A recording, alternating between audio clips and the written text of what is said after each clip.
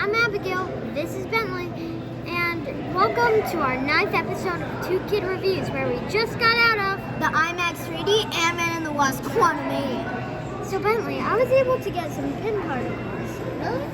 Are you suggesting what I think you're suggesting? Yep, let's do this review Ant-Man style! You know what, Abigail? I don't know if this is such a good idea.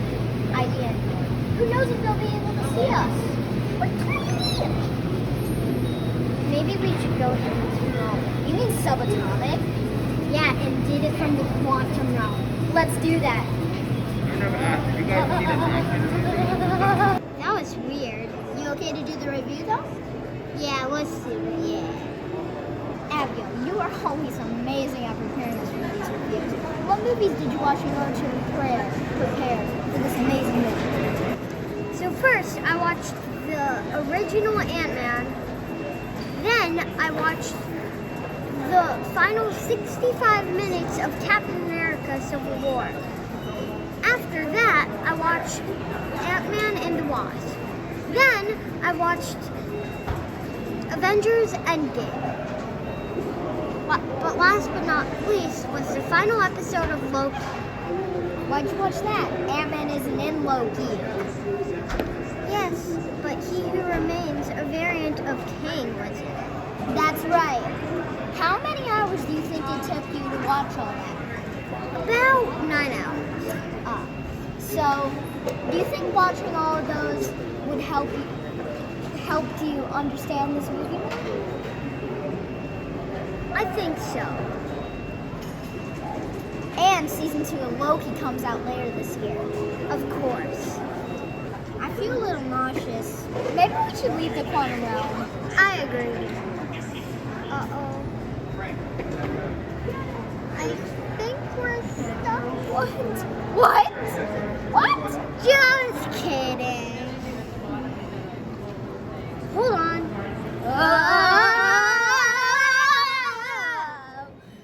Don't joke around like that. I'm glad to be back. Oh, look. Anthony came to welcome us back. I think that's Anton. Yeah, you're probably right. Bentley, did you know that we were only 2 years old when the first Ant-Man came out? Really? Then I must have a really good memory because I remember that movie a lot.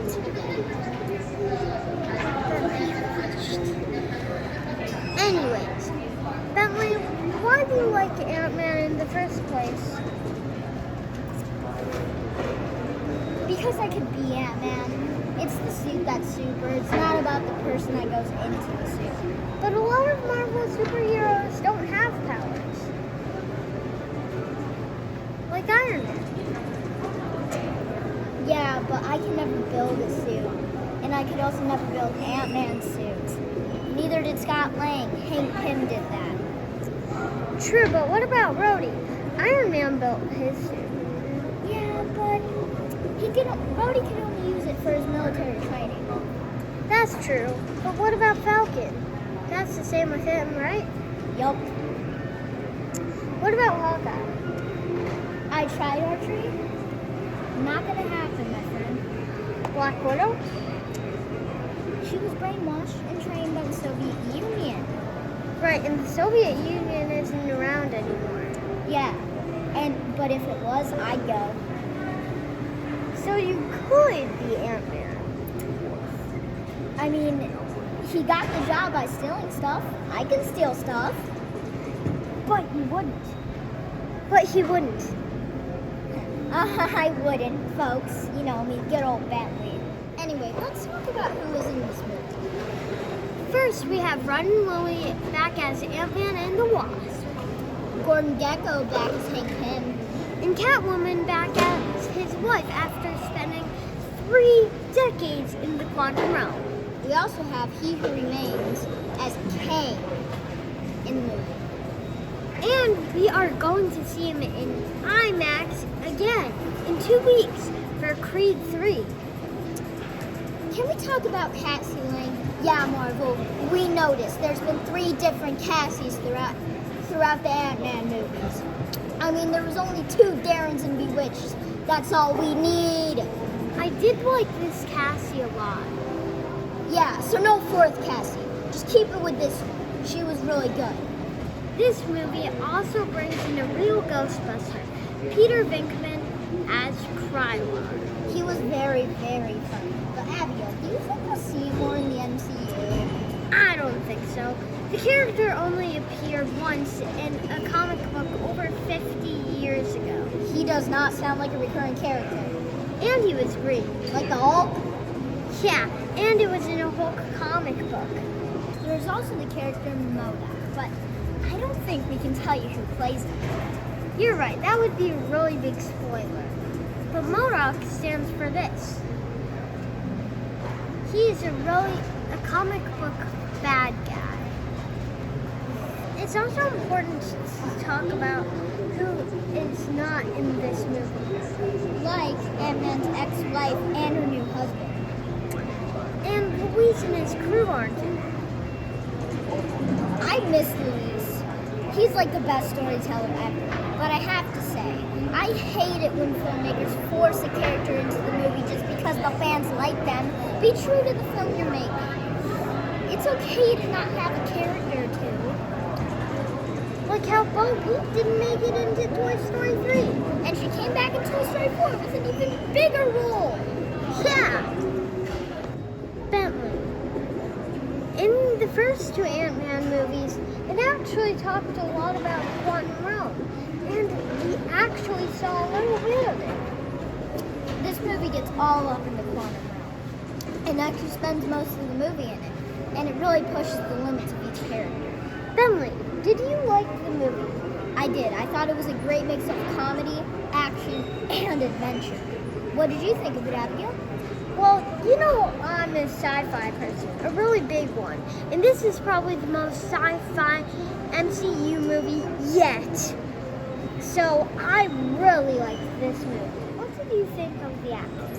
Paul Rudd is hilarious and always so much fun to have on screen. In this movie, he did have some more serious moments, but he still did a great job with it. I also thought King was awesome, and I'm looking forward to seeing him in more movies with more variants. I agree. So, Abigail, what did you think of the special effects? They really went all out. I'd say this is the best special effects we've seen since Avatar 2. But Avatar 2 is still in theaters. Okay, so it was the best I've seen besides Avatar 2. Yeah, I also think they did a really great job with the visuals. Peyton Reed directed all three Ant-Man movies. And he's done a great job putting out a consistently amazing product that you will. Let's go through what parents need to know. First, language. These words weren't, but it's fine. What about icky scenes? No problem there. Nothing. No icky scenes. Violence? It's a superhero movie, right? Yeah, and it is possible that trillions of people might die. But it's alright. Yeah. Abigail, do you think parents should take their kids to go see this movie?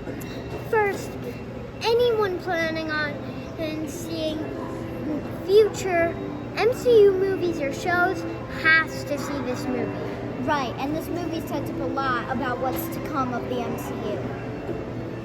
Seeing this movie in the movie theater is definitely worth the experience. And in IMAX 3D. There won't be a lot of time for that because we know Creed 3 is coming in just 2 weeks. So don't wait and get to IMAX 3D right now, as it's really the best way to go. Of course. Now it's time to figure out where we move our Ant-Man franchise on our superhero scale. Right now, it sits between Shazam and Doctor Strange. So are we going to move it up a few spots, stay where it is, or move it down?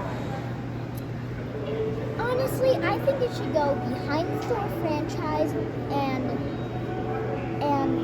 in front of the Incredibles franchise. That is exactly what I was thinking. So go out and watch Ant-Man and the Wasp: Quantumania right now in IMAX 3D. Exactly. There are some big movies coming up in the next month, like Creed 3 and Shazam 2. So make sure to watch those. And don't forget to subscribe. And thank you for watching this episode of 2 Kid Reviews. And